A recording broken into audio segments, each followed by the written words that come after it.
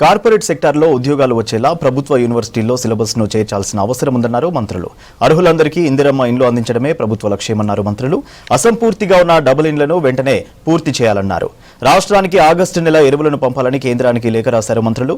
ఇప్పటివరకు ఏర్పడిన యూరియా కొరతను కూడా సరఫరా చేయాలని నడ్డాను కోరారు మినిస్టర్స్.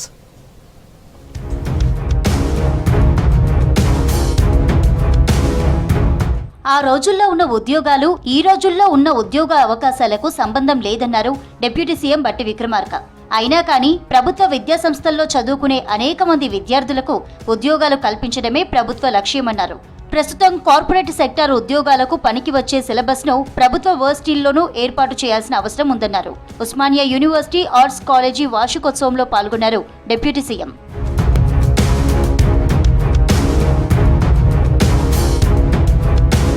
ఇల్లు లేని నిరుపేదలకు ఇందిరమ్మ ఇండ్లు మంజూరు చేస్తామన్నారు రాష్ట్ర కార్మిక మైనింగ్ శాఖ మంత్రి వివేక్ వెంకటస్వామి.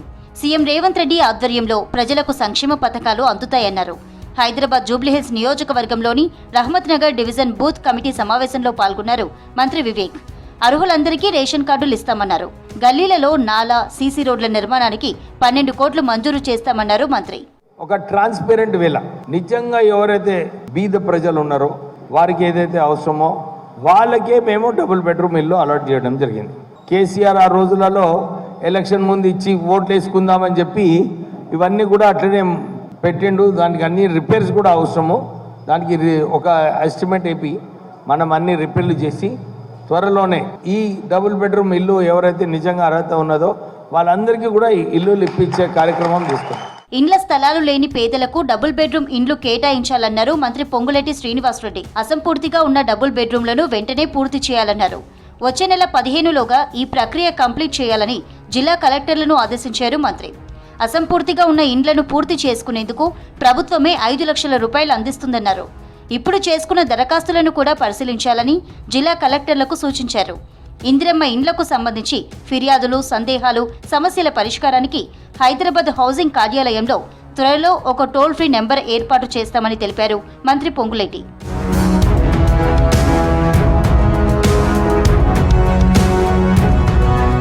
ఉమ్మడి వరంగల్ జిల్లా అభివృద్ధి కార్యక్రమాలపై జిల్లా ఇన్ఛార్జి మినిస్టర్ పొంగులేటి శ్రీనివాసరెడ్డి అధ్యక్షతన హైదరాబాద్లో సమావేశం నిర్వహించారు.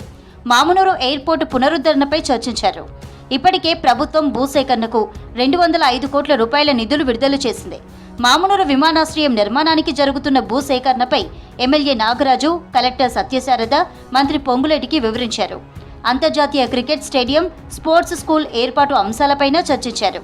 ప్రస్తుతం కొనసాగుతున్న అభివృద్ధి పనులు, వాటి పురోగతిపై ఆరా తీశారు మంత్రి.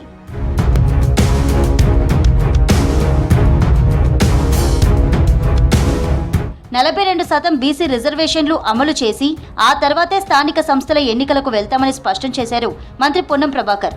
సామాజిక న్యాయానికి తమ పార్టీ ఛాంపియన్ అన్నారు. బీసీలపై బీజేపీకి అంత ప్రేమ ఉంటే కిషన్ రెడ్డి కేంద్ర మంత్రి పదవికి రాజీనామా చేసి ఆ పదవిని బీసీకి ఇవ్వాలని డిమాండ్ చేశారు పొన్నం. కాంగ్రెస్ పార్టీ సామాజిక న్యాయానికి ఛాంపియన్.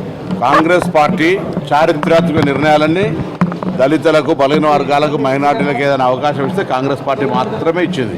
ఈరోజు బలహీన వర్గాల ముఖ్యమంత్రి ప్రకటించిన భారతీయ జనతా పార్టీ కనీసం శాసనసభ పక్ష నాయకత్వాన్ని ఇవ్వలేకపోయింది.